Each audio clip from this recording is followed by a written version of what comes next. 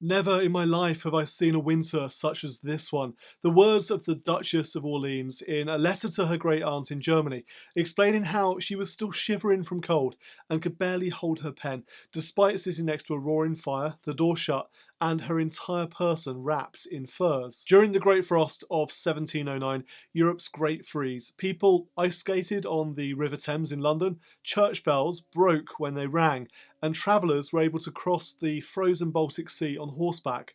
Hundreds of thousands of people across Europe died in sub-zero temperatures. That cold weather from 312 years ago also had a significant impact on the UK economy. Gross domestic products, GDP, wasn't recorded back then. We've only started measuring GDP since the end of the Second World War, but it's estimated that the economy shrank by 13% in 1709, which makes it all that more impressive that, for 2020 as a whole, the UK economy officially contracted by 9.9%. It's the worst annual decline in the size of our economy since the official GDP records began back in the 1940s, and it's possibly the worst annual performance in more than 300 years since the Great Frost of 1709. In this video, I'm taking a look at these new official figures, which could have been quite a lot worse, and also looking at what might happen next and why that matters so much for your personal finances. Hi everyone, I'm Martin Bamford, a chartered financial planner, personal finance YouTuber and money author. On this channel, I talk about personal finance, investing and happiness. I make these videos to help you become wealthier and happier. If that sounds like a great result, click on that little red subscribe button, become part of our subscriber community. It's completely free and you'll never miss an episode. The Office for National Statistics, the ONS, has reported that 2020 was a record contraction for the UK economy, more than twice as big as the previous worst year on official record. Now, economic records on this basis have been maintained since the end of the Second World War, and GDP has not fallen by more than 4.1% in a year since then. The economy grew by 1.2% in December, after contracting by 2.3% in November.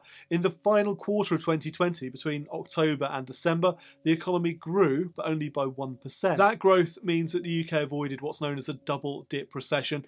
That's where the economy only briefly recovers from a previous recession and then records two consecutive quarters of decline. That's the technical definition of a recession. Had a double dip recession materialised, it would have been the first time since the 1970s. Despite modest economic growth in December, businesses in the hospitality, car sales and hairdressing sectors all declined. On an international basis, the UK experienced a more significant economic decline than most other developed countries in 2020, with the exception of Spain, which shrank by 11% last year. The UK also holds the rather grim record for the highest coronavirus death toll in Europe, as well as being among the highest numbers of deaths per head of population anywhere in the world. Commenting on the latest official figures, Jonathan Athu, who is ONS Deputy National Statistician, said an increase in COVID-19 testing and tracing also boosted output.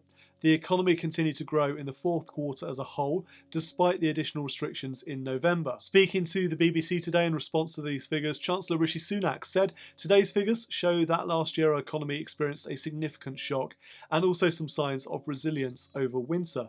You know what's clear is right now, many families and businesses are experiencing hardship. That's why we've put in place a comprehensive plan for jobs to support people through this crisis.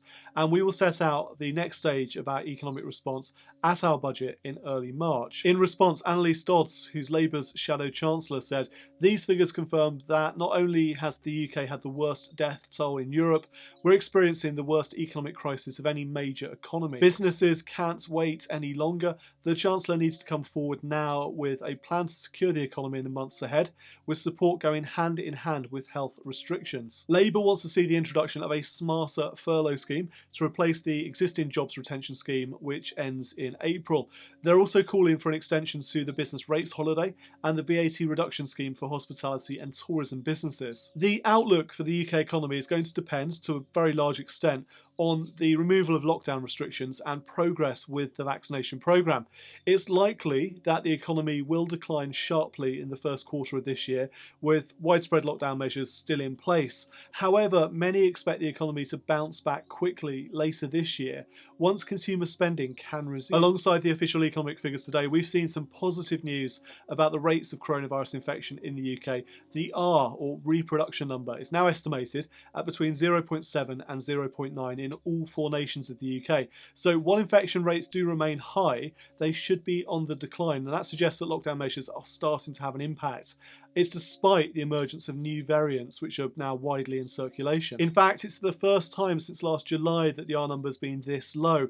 At its current rate, it means that for every 10 people who are infected with coronavirus, they pass the virus on to between 7 and 9 more people. We still have to wait for news about any easing of lockdown measures, with Prime Minister Boris Johnson setting out his roadmap in the week of the 22nd of February. Apparently, the priority is going to be reopening schools, but don't be too surprised if other social distancing measures remain in place for quite some time. The Prime Minister's official spokesman refused to rule out one option under consideration, being social distancing maintained until the autumn. On the vaccine front, there seems to be some positive progress there too. I'm very pleased to say that my parents, both 66 years old, have had their appointments confirmed for later this afternoon, and my mother-in-law is booked in for Sunday. More than 13.5 million people in the UK have now received their first dose of the vaccine, with plans still on track to vaccinate the 15 million people who are in the top 4 priority groups. That's people over 70, health and social care workers, and people who are extremely clinically vulnerable and shielding.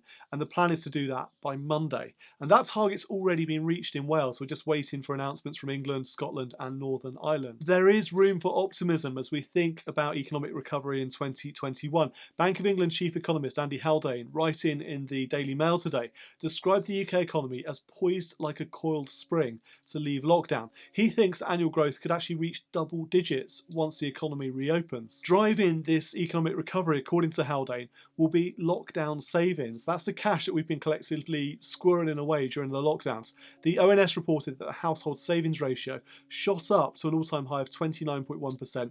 That was in the second quarter of last year, and because families were forced to stay at home and save money. Assuming that recent savings trends continue, Haldane has predicted the size of this pandemic nest egg could rise to £250 billion by the start of the summer. The Bank of England's working on the assumption that 5% of these pandemic savings find their way or leak into the economy, but Andy Haldane is working on a much higher figure. He wrote, "While today the economy is shrinking and inflation is well below target, a year from now annual growth could be double digits and inflation back on target. The economy is poised like a coiled spring.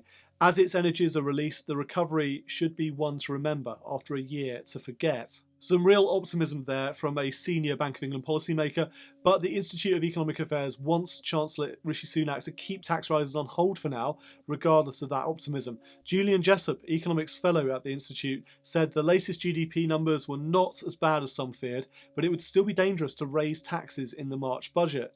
This would be far too soon after a year when the economy contracted by nearly 10%, and with an renewed decline almost certain this quarter. He also said, looking forward, the UK economy and labour markets appear to be holding up much better in the current lockdown than the first. The relatively early rollout of the COVID vaccines should also allow the brakes to be taken off sooner. The UK economy should therefore rebound quickly from the second quarter onwards, and unemployment may not have much further to rise. Nonetheless, the Chancellor should focus on supporting the recovery rather than holding it back with premature tax increases. And that's what I would love to see in the budget next month.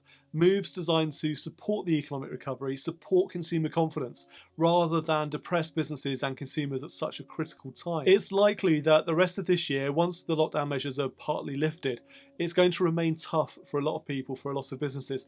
We're not going back to business as usual in 2021. That's simply not on the cards. Life and business will remain disrupted for much of this year, and that's going to have a material impact on the shape of the economic recovery. The Federation of Small Businesses wants to see some action ahead of the budget, rather than Rishi Sunak waiting until the 3rd of March to announce more supportive measures. National Chairman Mike Cherry put the 2020 fall in GDP in context, explaining it isn't just an economic statistic, it is missing businesses, missing jobs and livelihoods in tatters. Cherry is calling on the government to come forward urgently with its roadmap to recovery, saying the success of its plans for jobs will hinge on the right plan for small businesses and the self-employed. Action in the coming weeks before a pro-business budget next month would mark a real statement of intent. Look, we can hope for a pre-budget announcement, but all indicators suggest that Rishi Sunak is keeping his powder dry until the start of March, until the budget, with the Prime Minister's roadmap roadmap out of the lockdown published the week earlier, week before the budget, it seems very unlikely that Sunak's going to front-run Johnson in terms of big announcements. What's your prediction for the UK economy in 2021 and beyond? Do you think it's too soon to be making predictions yet until we get a bit more clarity around lockdown measures easing? Let me know in the comments. Thank you for watching this video. Until next time, I'm Martin Bamford, and remember, when it comes to your money, the more you know, the faster it can grow.